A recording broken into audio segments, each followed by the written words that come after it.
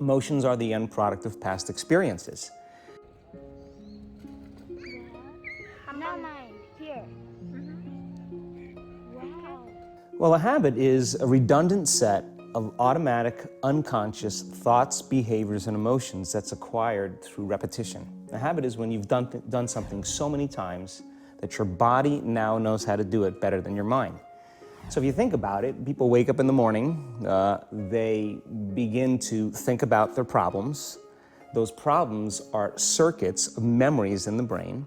Each one of those memories are connected to people and things at certain times and places. And if the brain is a record of the past, the moment they start their day, they're already thinking in the past. Each one of those memories has an emotion. Emotions are the end product of past experiences. So the moment they recall those memories of their problems, they all of a sudden feel unhappy, they feel sad, they feel pain. Now, how you think and how you feel creates your state of being. So the person's entire state of being when they start their day is in the past. So what does that mean? The familiar past will sooner or later be predictable future. So if you believe that your thoughts have something to do with your destiny, and you can't think greater than how you feel, or feelings have become the means of thinking, by very definition of emotions, you're thinking in the past. And for the most part, you're going to keep creating the same life. So then people grab their cell phone, they check their WhatsApp, they check their texts, they check their emails, they check Facebook, they take a picture of their feet, they post it on Facebook, they tweet something, they do Instagram, they check the news, and now they feel really connected to everything that's known in their life.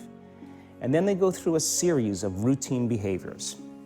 They get out of bed on the same side, they go to the toilet, they get a cup of coffee, they take a shower, they get dressed, they drive to work the same way, they do the same things, they see the same people, they push the same emotional buttons, and that becomes the routine, and it becomes like a program.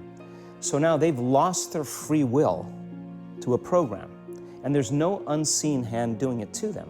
So when it comes time to change, the redundancy of that cycle becomes a subconscious program. So now 95% of who we are by the time we're 35 years old is a memorized set of behaviors, emotional reactions, unconscious habits, hardwired attitudes, beliefs, and perceptions that function like a computer program.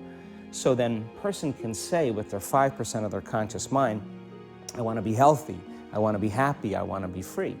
But the body's on a whole different program. So then how do you begin to make those changes? Well, you have to get beyond the analytical mind, because what separates the conscious mind from the subconscious mind is the analytical mind. And that's where meditation comes in, because you can teach people through practice how to change their brainwaves, slow them down. And when they do that properly, they do enter the operating system where they can begin to make some really important changes.